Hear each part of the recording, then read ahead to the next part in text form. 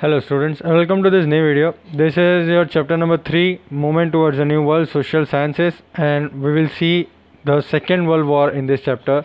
In the previous chapter we have seen the First World War and Russian Revolution, and there was an organization which was made to maintain peace, which was known as League of Nations.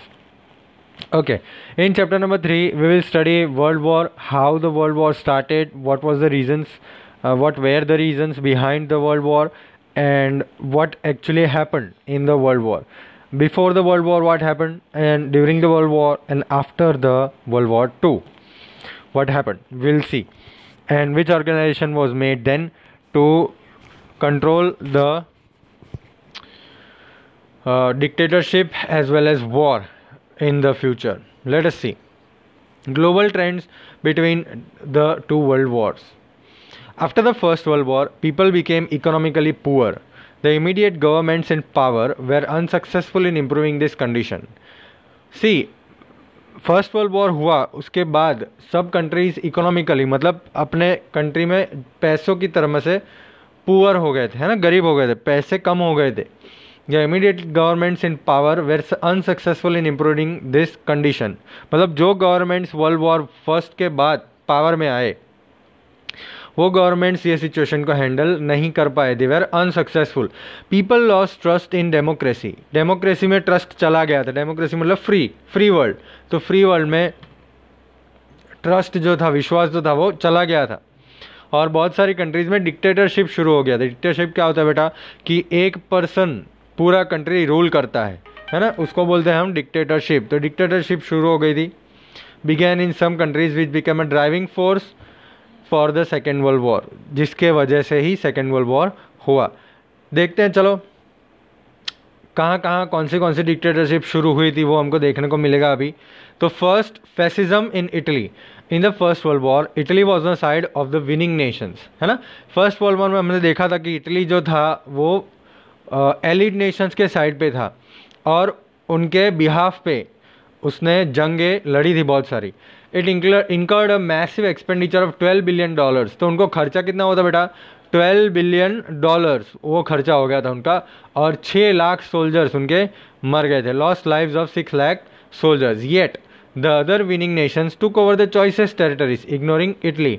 इसका मतलब क्या हुआ बेटा, कि जो भी और सारे विनिंग नेशंस थे, जो जब जीत गए थे ना, एलिड नेशंस में तो बहुत सारे नेशंस थे, तो जो सब जीत गए थे उन्होंने अपनी पसंदीदा टेरिटरी चूज़ कर ली कि भाई ये टेरिटरी मेरी है, ये टेरिटरी उसकी है. वो टेरिटरी उन्होंने चूज़ कर ली, लेकिन इग्नोर किसको किया बेटा, इटली को इग्नोर कर दिया. तो इटली इस कारण गुस्सा था, एंग्री एंड फ्रस्ट्रेटेड, चिड़ा हुआ था वो. Its nationalistic feeling was hurt for which Italians considered is government responsible. उसकी जो नेशनलिस्टिक फीलिंग था, देश प्रेम, देश की इज्जत, वो जो फीलिंग थी लोगों में, वो हर्ट हो गई थी क्योंकि उसको कुछ मिला नहीं, उसने बहुत कुछ गंवाया था.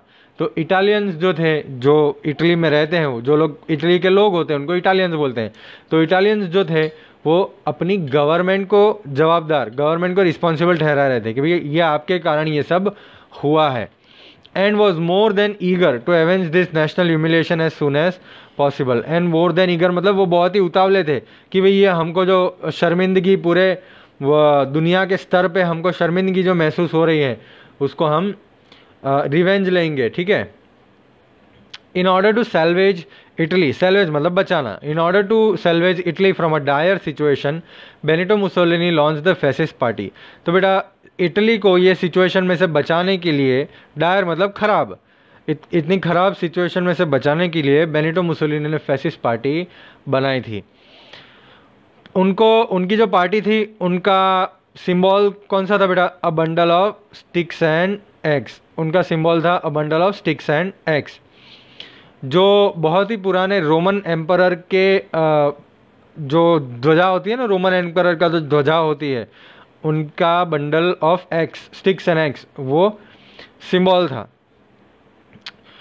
Fascism has evolved from Italian word fasci, which mean absolute control of the state of all things. तो fascism का मतलब क्या बेटा, वो इटालियन वर्ड fasci में से आया है, जिसका मतलब है एब्सोल्यूट कंट्रोल, पूरा कंट्रोल, सब चीज़ों पे पूरा कंट्रोल. इसका मीनिंग होता है fasci, और इसीलिए नाम पड़ा fascism party. Mussolini's maxim was one party one leader. बेटा मुसोलिनी जो था, बेनिटो मुसोलिनी जो पार्टी का लीडर था, वो ये मानता था और ये मोटो था उसका कि एक पार्टी और एक ही लीडर होना चाहिए पूरी कंट्री पे। He gave military training to his party volunteers who wore black uniform. तो उनके जो भी पार्टी के अंदर लोग थे ना, उनको मिलिट्री ट्रेनिंग दी गई और उनको ब्लैक यूनिफॉर्म पहनाया गया, वो ब्लैक यूनिफॉर्म पहनते थे। जब मुसोलिनी पावर में आया तो उन्होंने रोड्स और डोटकेनीज आइलैंड्स टर्की से जीत लिए थे, टर्की के साथ जंग कर दी और रोड्स और डोटकेनीज आइलैंड्स, दो टाइप के आइलैंड्स टर्की से जीत लिए, कैप्चर कर लिए। He also won Albania, Abyssinia and Fiume port in 1924। 1924 में उन्होंने अल्बेनिया को, अल्बेनिया मतलब उनकी नेबरिंग जो कंट्री है वहाँ का port, he also won Albania, Abyssinia and Fiume port in 1924। तो ये तीनों पोर्ट उन्होंने 1924 में कैप्चर कर लिए थे। After this victories Mussolini stabbed all ties with the league of Nations. ये सब जीत गए थे तो कंटिन्यूसली लीग ऑफ नेशंस जो फॉर्म हुआ था ना, वो शांति रखने के लिए लीग ऑफ नेशंस फॉर्म किया गया था फर्स्ट वर्ल्ड वॉर के बाद। तो लीग ऑफ नेशंस से बहुत ही प्रेशर आ रहा था इटली पे, तो मुसोलिनी ने क्या किया, लीग ऑफ नेशन से निकल गया वो, उसने इटली को लीग ऑफ नेशन से निकाल दिया and join the Rome Berlin Tokyo axis. तो उसने ज्वाइन कर लिया था रोम। रोम जो है बेटा वो कैपिटल है इटली का, बर्लिन जो है वो कैपिटल है जर्मनी का, और टोक्यो जो है वो कैपिटल है जापान का। ये तीनों कंट्रीज़ ने मिलके एक एक्सिस बनाया था, एक ग्रुप बनाया था जिसके अंदर वो ज्वाइन हो गया था बाद में। दस Italy became responsible for the second world war. तो इटली इसी वजह से कारण बना सेकेंड वर्ल्ड वॉर का। तो बेटा अभी जर्मनी में क्या हो रहा था वो देखते हैं हम। जर्मनी तो पहले टूट चुका था, है ना, फर्स्ट वर्ल्ड वॉर में उसको ट्रीटी ऑफ वर्सेलिस भी साइन करना पड़ा था और उसी की वजह से जर्मनी पूरा टूट गया था। तो Germany had lost the first world war, it was economically ruined. तो पूरा ही अंदर से पूरा अर्थतंत्र उनका टूट गया था, पैसे का पूरा तंत्र टूट गया था। Paris peace process had compelled Germany to sign the treaty of Versailles. देखो हमने देखा था सेकेंड चैप्टर में कि ट्रीटी ऑफ वर्सेलिस को फोर्सफुली साइन किया गया था ना, जर्मनी के लोगों ने, एलिड नेशंस ने फोर्सफुली साइन करवाया था जर्मनी से। Germany was extremely angry with this unjust treaty. तो जर्मनी ये जो है उन्होंने साइन किया था ना ट्रीटी ऑफ वर्सेलिस, उससे बहुत ही गुस्सा था। Adolf Hitler joined the national Socialist German Workers party इन 1919। तो 1919 में एडोल्फ हिटलर वो पार्टी में आ गए थे और पार्टी का नाम था National Socialist German Workers party. Okay, this party came to be known as Nazi party. तो ये पार्टी को नाजी पार्टी भी बोला गया है, नाजी पार्टी ही बोला जाता था। द नाजी फिलोसॉफी, बेटा नाजी लोग का थिंकिंग कैसा था, नाजी पार्टी का थिंकिंग कैसा था कि नेशनलिज्म और सोशलिज्म, मतलब देश प्रेम बहुत ही होगा उनमें, और सोशलिज्म मतलब सब जो रूल करेगा वो एक ही पर्सन करेगा, गवर्नमेंट ही करेगा और कोई नहीं करेगा। After the death of the German president Hindenburg, तो जर्मनी के जो प्रेसिडेंट थे उनकी जब डेथ हो गई हिंडनबर्ग, तो हिटलर ने अपनी पोजीशन अज्यूम कर ली। हिटलर ने मान लिया कि अभी मैं ही हूँ जर्मनी का जो एकमात्र लीडर हूँ, जो वो मैं ही हूँ। तो हिटलर ने उसकी पोस्ट अज्यूम कर ली और डिक्टेटोरियल रूल लगा दिया, अपना खुद का रूल लगा दिया। He adopted stern and aggressive policy. Stern मतलब बहुत ही कठिन, है ना, बहुत ही रफ पॉलिसीज़, और एग्रेसिव मतलब भड़कीले पॉलिसीज़ उन्होंने अडॉप्ट किए और जर्मन को एक तुच्छ देश प्रेम की तरफ लेके गए। उसका मतलब क्या होता है बेटा कि देश प्रेम बहुत ही अच्छी चीज़ है ना, nationalism is a very good thing, लेकिन narrow nationalism is not a good thing. Narrow nationalism क्या होता है बेटा, नैरो नेशनलिज्म में आपको देश से प्रेम तो है ही, लेकिन आपके आजू बाजू वाले या आपके जो भी सामने कॉम्पिटिटर्स हैं उससे आप नफरत करने लगते हैं, तो ये गलत बात है। तो वो हो जाता है नैरो नेशनलिज्म। तो जर्मनी में नैरो नेशनलिज्म का उदय हो चुका था। Germans considered Hitler as Fuhrer saviour. Germans जो थे वो हिटलर को क्या मानते थे, भगवान मानते थे ना, मसीहा मानते थे, फरर। नाजी सोल्जर्स ब्लू कलर की यूनिफॉर्म पहनते थे और उनके शोल्डर पे लाल पट्टी थी और वो स्वस्तिक का जो सिंबल है वो पहनते थे। नाजी सोल्जर्स ब्लू कलर का मिलिट्री यूनिफॉर्म पहनते थे, लाल पट्टी थी उनके शोल्डर पे, यहाँ पे लाल पट्टी थी, यहाँ पे लाल पट्टी होती है, और वो स्वस्तिक का यहाँ पे लोगो पहनते थे। उल्टा स्वस्तिक था बेटा, जो सीधा होता है उल्टा होता है। देखो स्वस्तिक का शेप हमको दिया हुआ है यहाँ पे, तो ये उल्टा स्वस्तिक है, दैट इज़ रॉन्ग। तो वो उल्टा स्वस्तिक पहनते थे। Hitler's authoritarian and militarist nature became obvious after coming to power. जब वो पावर में आया उसके बाद उसका वो जो नेचर था वो सब साफ हो चुका था कि उसको क्या करना है, पावर में आना है ना। वो पावर में जब आ चुका था तो वो ही बादशाह है ऐसा ही मानता था, और वो हमेशा ही मिलिट्री को ज़्यादा इम्पोर्टेंस देता था। His main aim was the emergence of Germany as a major power. तो उसका मोटो क्या था बेटा हिटलर का, कि जर्मनी को है ना one of the super powers बनाएंगे हम पूरे वर्ल्ड के अंदर, बढ़िया सब बड़ा पावर बनाएंगे जर्मनी को। In the name of purification of the German race his policies were targeted at exterminating Jews, gypsies and mentally challenge people. तो वो क्या करता था बेटा कि जर्मनी को साफ करने के लिए, है ना, जर्मन्स को पवित्र करने के लिए उसने क्या शुरू किया बेटा, यूरोपियन ज्यूज को मारना शुरू कर दिया। बेटा ज्यूज जो है, जो ज्यूज हैं, ज्यूज वो ऐसे लोग हैं जो पहले रहते थे सेंट्रल एशिया में, फिर यूरोप में रहते थे, और जो क्रिश्चियनिटी को ज़्यादा ही इम्पोर्टेंस देते थे। तो ज्यूज को वो मारने लगे थे, और हिटलर ने ये मतलब पवित्र करने, ज्यूज उनसे कम माने जाते थे। हिटलर ऐसा मानता था कि जर्मन सबसे ऊपर है, जो जर्मनी के लोग हैं ना वो सबसे ऊपर है, ज्यूज बहुत ही निचली जाति है ऐसा मानते थे वो लोग।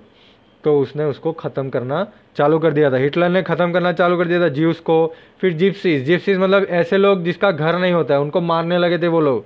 और mentally challenge people, mentally challenge मतलब जो पागल लोग थे उनको भी वो मारने लगे थे।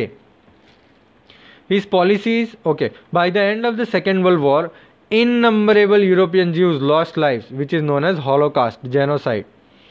तो जब सेकेंड वर्ल्ड वॉर ख़त्म हुआ तो बहुत ही लाखों ज्यूज जो थे वो मर गए थे बेटा। और ये पूरा जो ये हुआ है ना, ये इंसिडेंट जो हुआ वो उसको बोला जाता है हॉलोकास्ट। तो ये पूरा जो चीज़ हुई ना ज्यूज को मारने की, वो पूरा बोला जाता है हॉलोकास्ट, इंसानों को मार डालना, जेनोसाइड सेम चीज़, इंसानों को मार डालना।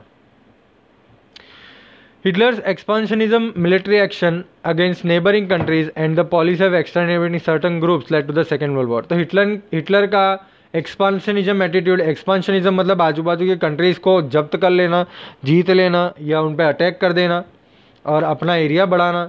Military action against neighbouring countries, तो वही करना, आप देखो नेबरिंग कंट्रीज़ पे अटैक करना, मिलिट्री एक्शन करना। And the policy of exterminating certain groups, तो ऐसी पॉलिसीज़ जो ज्यूज हैं, है ना, फिर मेंटली चैलेंज पीपल है, जिप्सीज है, वो सबको मार डालना। तो ये सब पॉलिसीज़ की वजह से सेकेंड वर्ल्ड वॉर हो गया, और बहुत ही इंपॉर्टेंट रीज़न बन गया सेकेंड वर्ल्ड वॉर का ये। मिलिटरिज्म इन जापान, देखो ट्रीटी ऑफ वर्सलिस के अकॉर्डिंग हम देखने जाएं तो जापान को कुछ प्रोविंसेस मिले थे चाइना के, लेकिन इंग्लैंड और फ्रांस ने जर्मनी अपने आप में डिस्ट्रीब्यूट कर लिया था कि फ्रांस का इतना है, इंग्लैंड का इतना है, जर्मनी अंदर अंदर डिस्ट्रीब्यूट कर लिया था, जापान को कुछ मिला नहीं। तो जापान इससे दुखी था, क्वाइट डिस्प्लेस्ड विद दिस। जब वॉशिंगटन अमेरिका में मीटिंग हुई 1921-1922, तो जापान को अग्री करना पड़ा कि हम इंग्लिश और अमेरिका वो दोनों के जितने भी शिप्स हैं ना, नेवल फोर्स जितने भी नेवी है उससे खाली 35% रखेंगे। इसका मतलब क्या हुआ बेटा कि अगर अमेरिका और इंग्लैंड के मिल के 100 शिप्स हैं, ठीक है, तो जापान को खाली 35 ही रखने पड़ेंगे, क्योंकि जापान बहुत ही एक्टिव था बेटा नेवल फोर्स में। तो उनको ये पॉलिसी अग्री करनी पड़ी, जापान को दबा दिया गया था। जापान को सखालिन और साइबेरिया दोनों आइलैंड्स को भी खाली करना था। खाली मतलब वहाँ पे जापान का राज चलता था, लेकिन जापान को वो खाली कर देना था। मीटिंग में ये डिस्कस हो गया था। तो जापान के लोग बहुत ही एंग्री हो गए थे, जापान के लोग बहुत ही फ्रस्ट्रेट हो गए थे। तो ये टाइम पे जापान में इलेक्शन हुआ, और जो पार्टी मिलिटरिज्म को सपोर्ट करती थी ना वो पार्टी आ गई। तो मिलिटरिज्म क्या होता है बेटा, मिलिट्री को पावर, है ना, आजू बाजू के कंट्रीज हमारा एक्सपांशन करना, बड़ा बनना, मिलिट्री को पावर देना। वहीं ऐसे पार्टीज़ को सपोर्ट मिला और ऐसे पार्टीज़ जीत गए।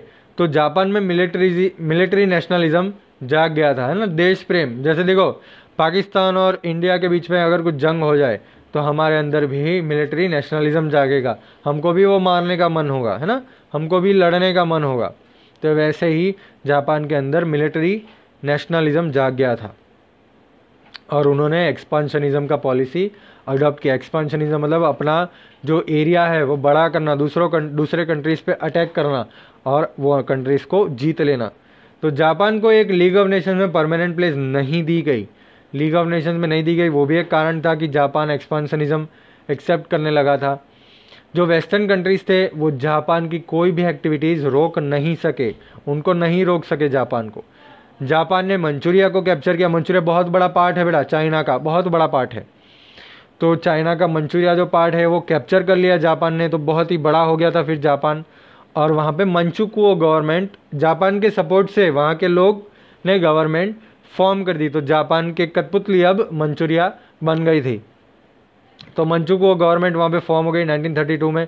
फिर धीरे धीरे उन्होंने कैप्चर शुरू किया, कोरिया को कैप्चर किया, मंगोलिया को कैप्चर किया। फिर शांटुंग प्रोविंस, बेटा शांटुंग एक छोटा सा प्रोविंस है चाइना के अंदर, और थोड़े थोड़े कुछ चाइना के प्रोविंसेस कैप्चर करने शुरू कर दिए थे।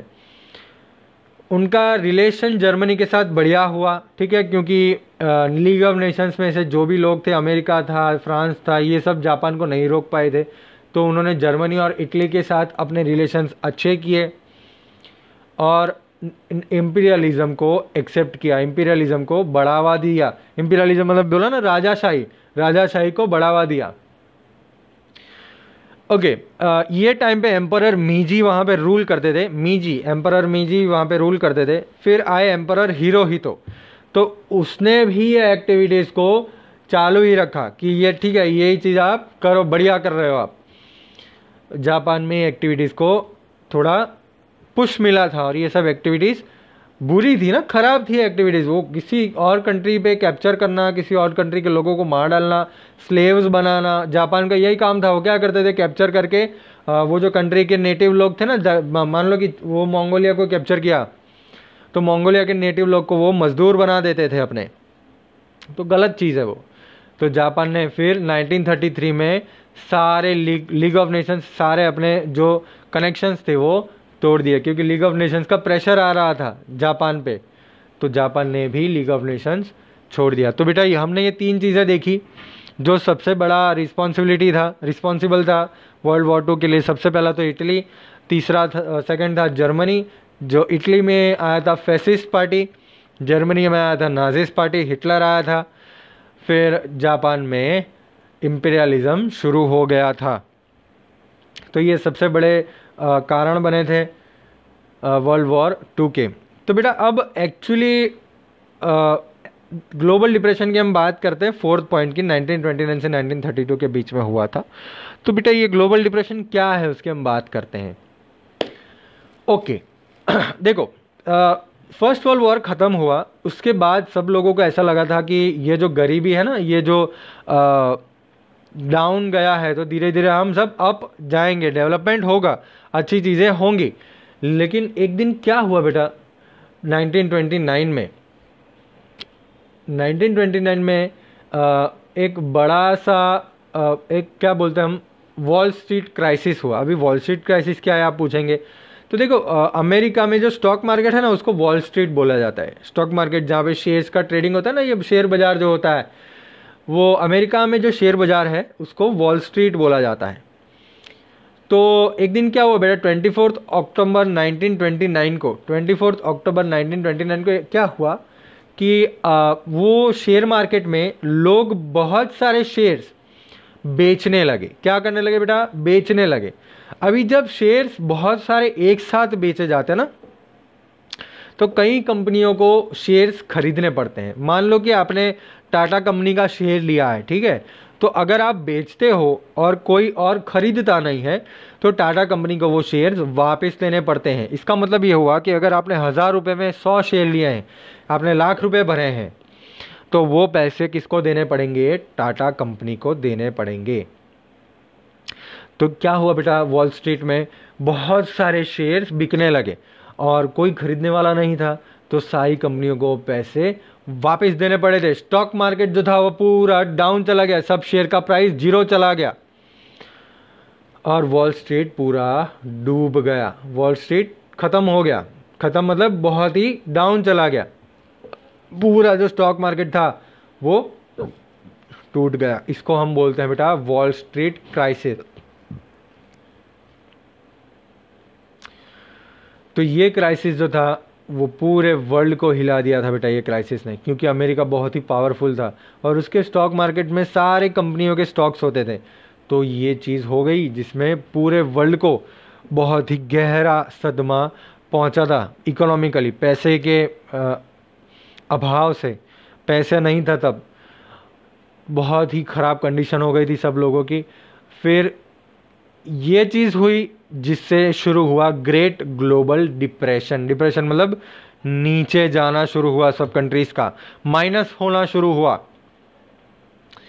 ग्रेट ग्लोबल डिप्रेशन पूरे ग्लोब पर, मतलब पूरे वर्ल्ड में डिप्रेशन छा गया था। डिप्रेशन का मतलब इकोनॉमिक डिप्रेशन की बात करें बेटा हम, यहाँ पे इकोनॉमिक डिप्रेशन में सब माइनस चला गया था। खाने के लिए पैसे नहीं थे, पैसे बहुत कम थे, गवर्नमेंट्स के पास पैसे नहीं थे, ये सब चीज़ें हो गई थी। सब अफेक्टेड थे, पूरा वर्ल्ड अफेक्टेड था। हाँ, वो टाइम पे बहुत ही बड़ा था बेटा ब्रिटेन। ब्रिटेन बहुत ही बड़ा था, हमने बहुत ही बड़ा मैप था कि वो इंडिया कैप्चर करके बैठा था, चाइना के थोड़े कुछ प्रोविंसेस कैप्चर करके बैठा था, फिर बर्मा, म्यांमार, बहुत सारी चीज़ें कैप्चर करके बैठा था, आधा वर्ल्ड कैप्चर करके बैठा था ग्रेट ब्रिटेन। तो जो ब्रिटेन था वो भी अफेक्ट हुआ था इस चीज़ से। ब्रिटेन को भी अपनी जो पॉलिसी थी ना, उसकी पॉलिसी क्या थी बेटा, मैं आपको बताता हूँ। अपना जो करेंसी है पाउंड, ब्रिटेन का जो करेंसी है पाउंड, उसके अगेंस्ट में उसको गोल्ड रिजर्व रखना था। गोल्ड रिजर्व मतलब जितने आप करेंसी इश्यू करते हो, जितने आप नोट्स इश्यू करते हो, उसके अगेंस्ट में आपको गोल्ड रखना पड़ता था, ठीक है, उतने वैल्यू का गोल्ड रखना पड़ता था। तो इसमें क्या हुआ, जब उसके करेंसी की वैल्यू बहुत ही डाउन हो गई, पाउंड की वैल्यू डाउन हो गई, तो गोल्ड की वैल्यू भी कम होने लगी थी। और जैसे ही गोल्ड की वैल्यू कम होती है ना, तो इकोनॉमीज टूट जाती है, इकोनॉमीज खत्म हो जाती है बेटा। Gold is the most powerful thing. अभी गोल्ड ही है ना, जो पूरे वर्ल्ड में एज करेंसी एक्सेप्ट होता है, और गोल्ड ही है जिसका प्राइस मार्केट डिटरमाइन करता है। तो गोल्ड का भाव बहुत ही कम होने लगा था। तो ग्रेट ब्रिटेन ने क्या किया, वो जो उसके पास गोल्ड था उसको बचाने के लिए पाउंड के सामने गोल्ड रखने की जो पॉलिसी थी वो उसने सेक्रीफाइस कर दी कि हम नहीं कर सकते, हम आपको पाउंड देंगे लेकिन उसके सामने हम गोल्ड नहीं रखेंगे। इसका मतलब क्या होता है बेटा कि वो क्या बोल रहे हैं कि ठीक है, हम आपको नोट छाप के दे देंगे पाउंड के, ठीक है, लेकिन हम आपको प्रॉमिस नहीं कर सकते कि हम उसकी वैल्यू देंगे, ठीक है। इसकी वैल्यू देंगे का मतलब, अगर मान लो कि 10 पाउंड का दूध का कैन आता है ना, 10 पाउंड का दूध का कैन आता है, तो 10 पाउंड तो आपको दे देंगे, लेकिन हम 10 पाउंड में वो दूध का कैन दे सकेंगे कि नहीं, उसकी आपको गारंटी नहीं दे सकते। दूध का कैन शायद 20 पाउंड में भी मिले, 50 पाउंड में भी मिले, या 100 पाउंड में भी मिले। इतना इन्फ्लेशन बढ़ गया था कि इसको वो पॉलिसी हटा देनी पड़ी। बहुत ही अफेक्ट हुआ था बेटा ट्रेड और इंडस्ट्री को।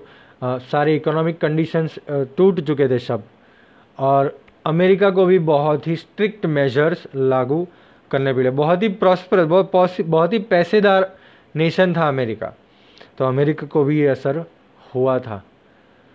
जो भी ट्रेडिंग हो रहा था ना बेटा, जो भी ट्रेडिंग हो रहा था वो आधा हो चुका था। तो धीरे धीरे वर्ल्ड वॉर 2 तो होना ही था। सब लोग डिप्रेशन में चले गए थे, सब लोग नेगेटिव सोच रहे थे। अब समझ में आया बेटा? ओके, देखो बेटा, अब हम वर्ल्ड वॉर 2 के जो फैक्टर्स हैं और वर्ल्ड वॉर 2 हैं वो नेक्स्ट लेक्चर में देखेंगे, पार्ट 2 में। यहाँ तक अगर आपको पता चल गया है तो बहुत ही बढ़िया है, या अगर नहीं पता चला या कोई भी पॉइंट रह गया है तो आप वो एक बार वापस से देखिए, और बहुत ही बढ़िया है। मैं आपको वर्ल्ड वॉर 2 के बारे में बताऊंगा, कैसे हुआ था, क्या हुआ था, किस कारण से हुआ था। मैंने आपको 3 कारण तो बताया कि कौन से बड़े कंट्रीज थे जिसमें इंपीरियलिस्ट पॉलिसीज लग गई थी, है ना, डिक्टेटरशिप रूल लग गया था। इटली, जर्मनी और जापान, ये तीनों कंट्रीज़ के कारण वर्ल्ड वॉर 2 होने वाला था। तो वर्ल्ड वॉर 2 क्या हुआ, कैसे हुआ, वो हम नेक्स्ट लेक्चर में देखेंगे। चलो बाय बाय फ्रेंड्स।